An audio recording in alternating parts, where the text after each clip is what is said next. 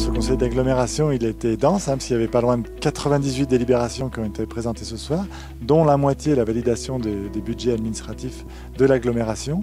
On voit que l'agglomération, de par ses budgets modificatifs, est bien tenu et bien géré. On voit aussi qu'il y a des gros sujets de dépenses et des choses où il faut vraiment regarder avec attention, notamment le budget de l'eau, qui nécessite une attention toute particulière en fait. Et puis on voit aussi que l'agglomération est une agglomération dynamique qui s'engage vers la transition énergétique.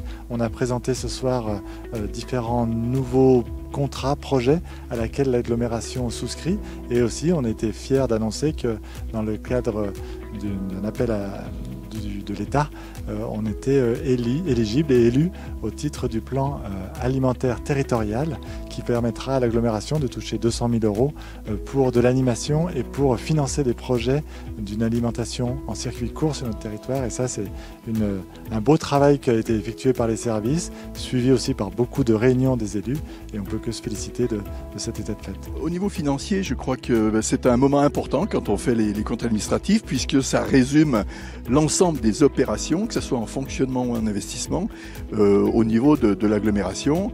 Et ce soir, tout particulièrement, j'ai alerté mes collègues sur l'eau et l'assainissement, où on avait effectivement, on a fait depuis 3 ans énormément de travaux, parce que c'est des travaux, c'est entre 10 et 15 millions par an de travaux. Et ma foi, on ne veut pas augmenter le coût de l'eau ou de l'assainissement, donc ça veut dire qu'il faudra qu'on va être obligé de freiner un petit peu ces investissements. Alors il faudra qu'on fasse des réunions pour se mettre d'accord sur les opportunités, sur l'avancement de ces travaux et sur le choix notamment des travaux les plus urgents. Pour 39 communes sur lesquelles on fait des travaux, ça se passe très bien. Et je pense que dans l'automne, on devrait arriver à se faire un plan pluriannuel d'investissement qui tiendra la route et où tout le monde, y compris grandes et petites communes, devrait être servi.